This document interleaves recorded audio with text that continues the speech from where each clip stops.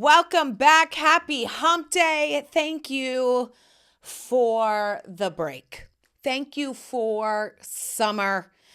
I took 4 weeks off, or 3 weeks. I'm not really fucking sure, but we went in an RV all around our new home, and I just, well, I was going to say loved it. And then I was like, is that, I had mixed feelings about it. Okay, let's get into it. Hello, world. Come inside the Dear Juju podcast. Now, those of you that are watching along on YouTube might be like, why does this bitch have a princess crown on it? Lately, I am taking my power back, okay? I have been in the evolutionary process kind of since May going, how am I going to make money? What am I going to do? I am worth it. My art is worth it. My voice, my eye, my curation, my taste, it's worth it. And I believe that. I don't need no confirmation bias from the outside, okay? I know this to be true. So I've been working a lot on that. And so now I'm taking my power back in a way with Substack. So I've put the show letter up on Substack. You get something for free if you subscribe. You get a recipe of the week. You get a what's in my cart. You get a song that, you guys, these songs I have curated for years. Going to the best bars and clubs in Buenos Aires, to Paris, to Tokyo, and going, oh shit, that is a vibe. What's that song? Right? So I have curated all of this, and I'm giving you that for free for my subscribers. And if you are a paid subscriber, then you get the show letter. Okay. It's a monthly living, breathing, lifestyle magazine format show delivered weekly into your inbox.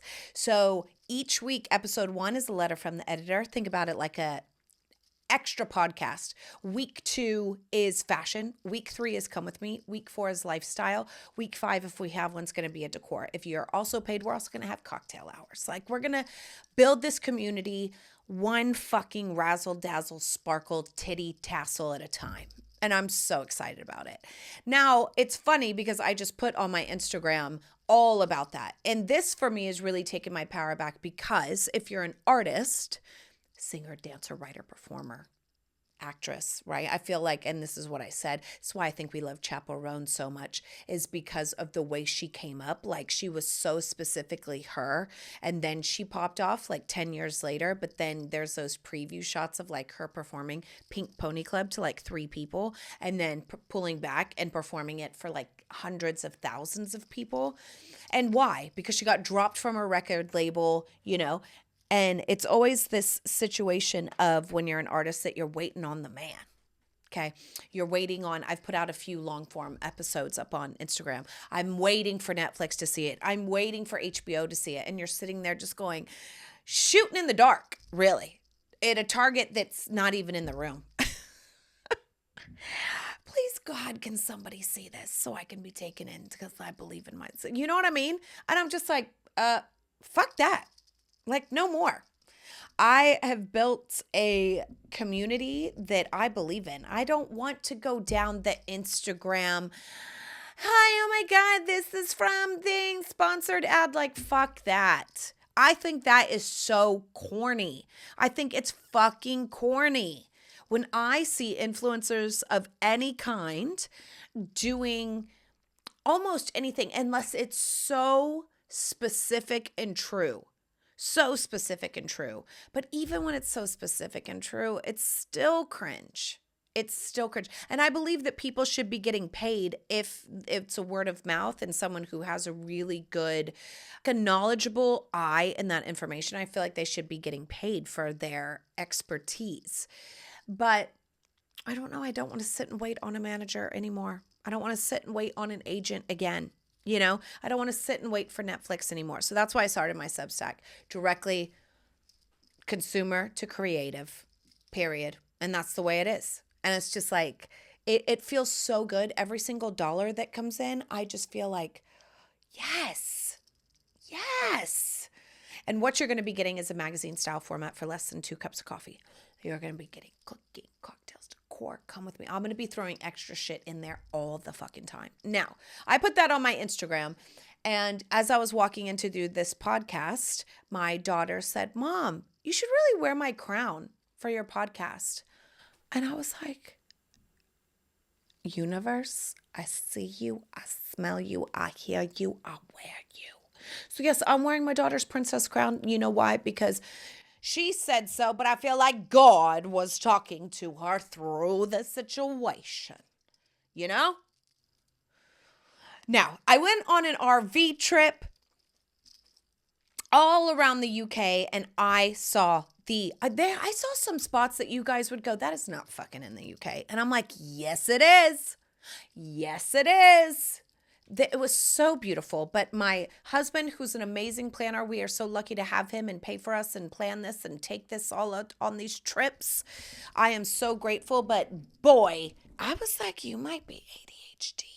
Like we are going. And you know, I'm a stewardess on those trips when we're in an RV. My husband sits up front, I sit shotgun, they sit at the table. So if they want a snack, they can't unbuckle, right? Because I don't want them to be flown across the RV. I go to the kitchen and get the snack and pull it out, make sure my husband gets a snack, and then one has to pee. So I'll walk him to take a pee, we'll flush it, I'll walk him back, I'll rebuckle them back in, I'll sit back down. Mom! Okay, there is no rest for the stewardess on the RV trip. And my husband, basically, we drove about 2 or 3 hours every day and saw something new. Sometimes we'd see 2 new things. It was really great to pack a lot in. And I was joking because I was like, do your kids fight at home? Why not just take it on the road? Like, have them fucking annoy you with a view. Now, I would love to be that woman and that mom that's just always in a bathing suit while she's on an RV summer trip or away francing on my holiday, right? Like I would love to be like, oh, I'm in Saint-Tropez. I'm just living in a bathing suit all the time. You guys, I can't even be in a bathing suit for any time after the pool. So at this RV trip, I waved the white flag. I said, listen, I need a hotel night. This is team DTM. This is too much. Okay. This is team doing too much. I need to sleep in a bed. I need to like close the door of a bathroom and y'all be far away. I need you to take the kids for an hour, like get one with a pool, and I need some time to myself. We did, and we had such a good time. It was at this quaint hotel on the lake. It was so much fun. So much fun that Georgiana decided that she wants to have a hotel birthday party with just her family. So for her birthday, we're now all going to celebrate and go to a fancy, swanky hotel with an indoor pool. Like, I'm like, bitch, high five. We're going to get room service. We're going to watch movies. We're going to go have a hotel birthday. I love this. So I was in a bathing suit in the pool.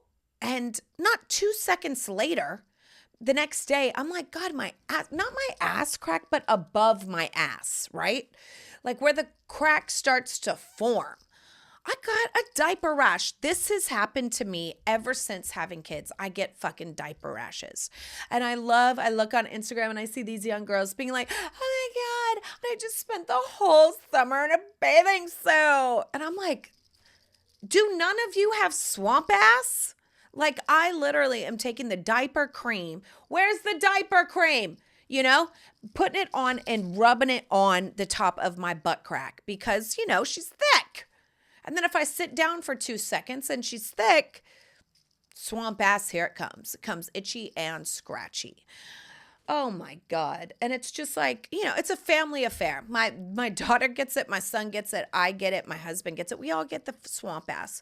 So let me tell you, that diaper cream, okay, that zinc whatever, has come in handy more times than I would like to admit. And I was like, is this old age? We're just regressing from diapers and then you get a break and then you just regress back to diapers or diaper cream as you age. But it was really nice to get out and see things and be on the road.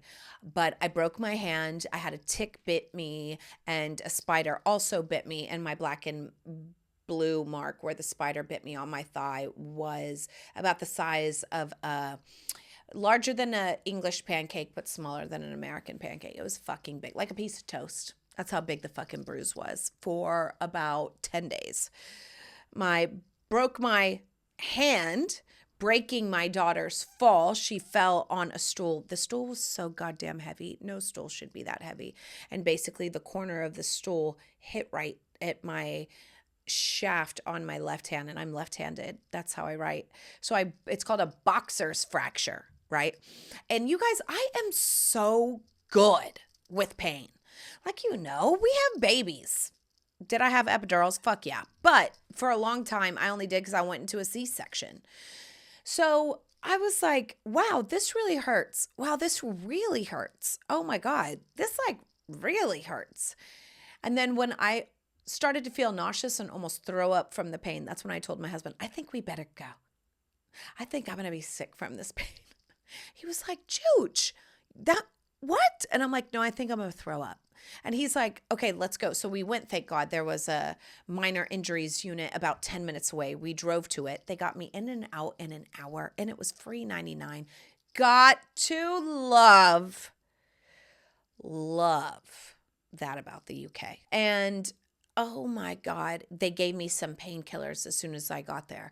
And then I was sitting in so much pain. Then after sitting there for about 15 minutes, the drugs started to kick in.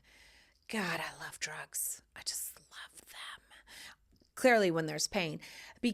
And I knew they started to kick in because the doctor asked me, is there any chance that you could be pregnant? Because we're going to need to do an x-ray to see if you actually broke your arm or hand or fractured it.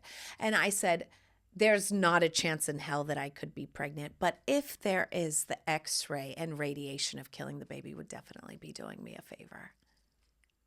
And he said, oh, you got your humor back. I see the drugs have started to kick in. And I said, I feel great.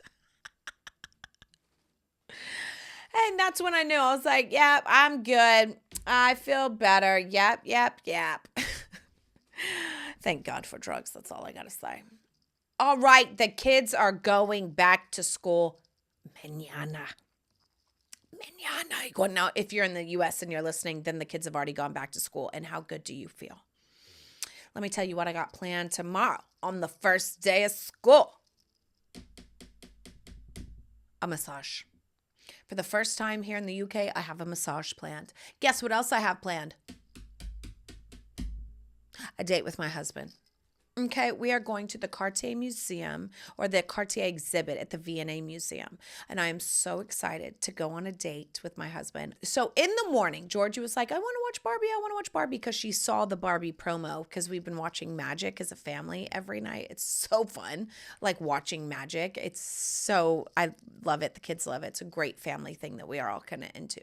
But she saw a Barbie poster. So I said, tomorrow morning when we wake up, I have to do a little bit of work and you can watch Barbie. And she was like, thanks, Mom. Guess what? I did not do any fucking work because I watched Barbie again. Now, the first time I saw it in the theaters, I was like, okay. And I was very judgmental. Usually when you go into a theater, I'm eating that popcorn going, okay, show me what you got. But you know what? At home, you have a little less expectations. And you guys, it hit me on my couch so hard. I got every joke. I saw all the nuances. I felt it and saw it in a way that I was like, oh shit, this is genius. Genius on so many levels I didn't even pick up on at the first round. It is that fucking good. It is so good. I laughed. I cried. I thought it was hilarious. I was cracking up. I was tearing up. It was so good. It hit me just different because Barbie was in this space in the movie, right? Of she thought she cured everything of feminism and then figuring out, oh, it's not what it's all cracked up to be. And then being in a position and pivot point of where she doesn't want to be Barbie anymore and would rather feel things and become a real woman. And oh my God, I just feel the same way. Like my daughter, I'm going to start crying, is starting reception. And reception here is kindergarten. And so now I'm a mom not with two little kids at home anymore. And that is a pivot, It's a pivot in this motherhood trajectory. And I'm like, oh, okay. I mean, it's going to be the same as last year. She was in Monday through Friday anyways, but I took her out whenever I fucking wanted. I had the freedom and the ability to go, you know, we're having Women Wednesday. She's not going for the last 6 months. You know what I mean? And them being like, all right, then you won't pay for Wednesdays. Fine. But now it's free and now she has to go and the government will be on my ass if she goes or not. And it just feels like a shift. It's like a new little chapter, you know? And it was just, I just loved Barbie. And I cannot fucking plan this shit, you guys. After talking about the patriarchy and all this stuff, after Barbie ended, we watched it on a platform that we don't usually watch it on. I think it was either Now or Prime Video or something like that. And a promo came up of two men race car driving and like fighting race car driving. And Rocco goes, oh, look. It's the Kendom, like the kingdom, but for Ken, the Kendom, which is what they called it, basically, bro city. And I was like, I started laughing so hard. And I was like, it is the Kendom. We cannot escape it. As soon as Barbie's off, the Kendom is just right back in your fucking face. All right. Now, with all that domestic goddessness, Act 2 that we usually get into is up on my Substack this week. So now let's go on to some Q&A with some TNA. And I'm looking, just so you know, I'm looking to fill that second section with something else.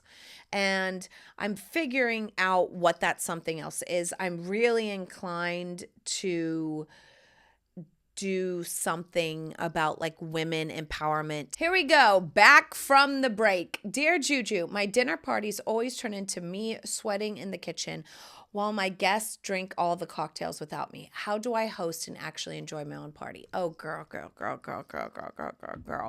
No.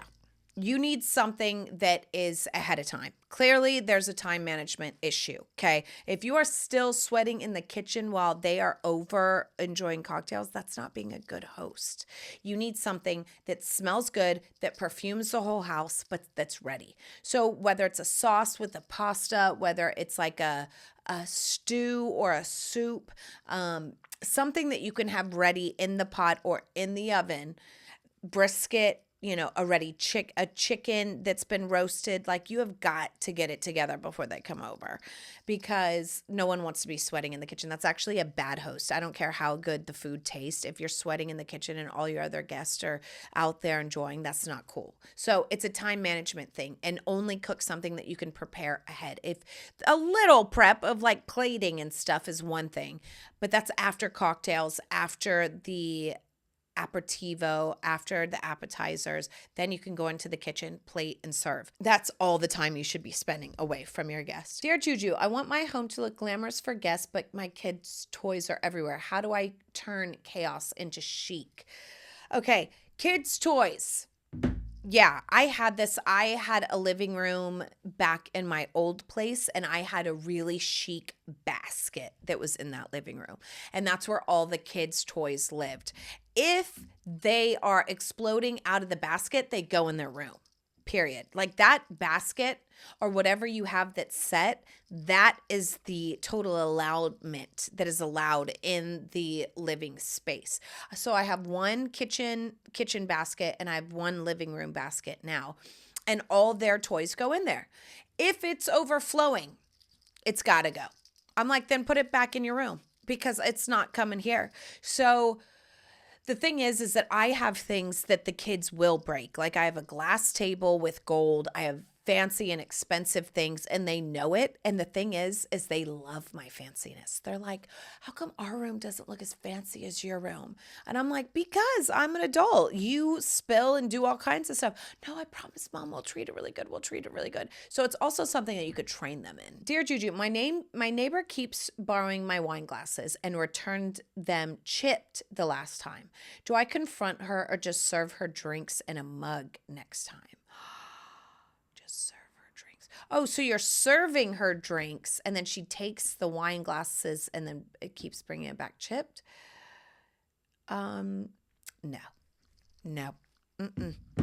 If you're serving her a glass of wine and she brings it back chipped and didn't ask to replace it or at least say sorry, that's fucked up. I don't like that. Either that or just continue to serve her the chipped wine glass, right? Like, oh, this is your glass that you chipped last time that you didn't say anything about and confront. It's a little bit ambiguous and confusing on whether she borrowed the set of wine glasses but because then you said serving her. So my conclusion is that you're serving her wine and then she's going home and finishing the wine. And when she comes back with the glass, it was chipped and didn't mention anything. So yeah, that's her cup now. She gets a chipped glass, especially if she didn't say anything. She's, oh, this glass is chipped, and go, oh yeah, that's your glass. That's how you brought it back to me. It was chipped. Shade. You want shade, honey? I'll pull shade all day. I was telling my husband about that today. I was like, which is pretty crazy why I have a princess hat on, because I'm like, there's not a princess inside me, honey. There's a gargoyle. There's a fucking gargoyle. I love her. I tame her. I try to keep her cute and put it on mute, but she just lives inside me. And she is fierce. So if you got a gargoyle inside you, I see you, bitch. That's it for this week's episode. Oh, can you tell how ready I am for school to start tomorrow? Can't wait. I love you guys. I'll see you next week, and I'm out. Don't forget, you're a fucking star. Mwah!